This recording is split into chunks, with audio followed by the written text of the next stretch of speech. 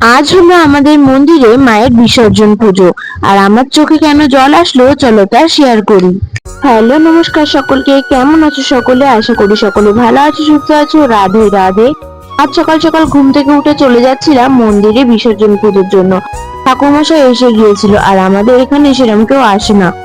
যেহেতু আজকে নর্মাল পুজো না, পুজোর দিন অনেকেই আসবে, তা আমি তোমাদের সঙ্গে শেয়ার করব। আজকে যেহেতু বিসর্জন পুজো, সেরকম কেউ যায়নি। আমি আর আমার একটা জেঠু যা পেরেছিলাম তাই গুছিয়ে দিয়েছিলাম ঠাকুরকে, নিজেদের মনের মতন করে। সেটুকুই হয়তো মা গ্রহণ করেছে।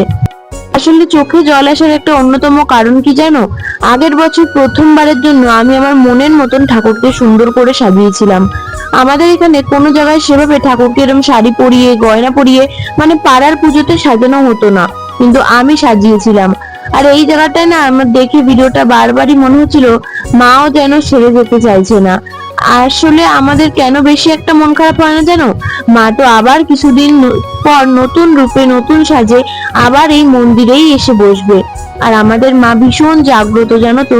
যা মনের ইচ্ছা আমি চেয়েছি সবই পূরণ করেছি। আর এখানে পুরনো যে গয়নাগুলো ছিল সেগুলো খুলে রাখা হচ্ছিল। যদি কখনো আমার ড্রিম গুলো পূরণ হয় না, আমি আমার মনের মতন করে সাজিয়ে দেবো। তারপর বাড়ি আসতে আসতে অনেকটা লেট হয়ে গেছিল বলে লাঞ্চ করে নিলাম। আর এখানে প্যান্ডেলের কাজ তো কমপ্লিট।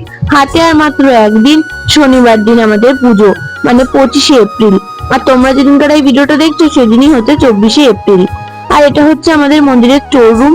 এই রুমের মধ্যে একটা এসি ফিট করা হয়েছে, যাতে যেদিনকার যারা বাজনা নিয়ে আসবে, তারা যেহেতু অনেকটা গরম পড়বে, তারা কিভাবে থাকবে সেই কথা মাথায় রেখে এই রুমটা এরকম এসিটা সেট করা হয়েছে। রাতে এসে গয়নাগুলোকে একটু ফেব্রিক কালার করে নিলাম, কারণ পালিশ করতে দেওয়ার সময় ছিল না। তো চলো, আজকের ভিডিওটা এখানেই শেষ করলাম। সবাই খুব ভালো থেকো, সুস্থ থেকো, সাবধানে থেকো। আর সবাইকে ভালো থেকো। Radhe Radhe, tata, by.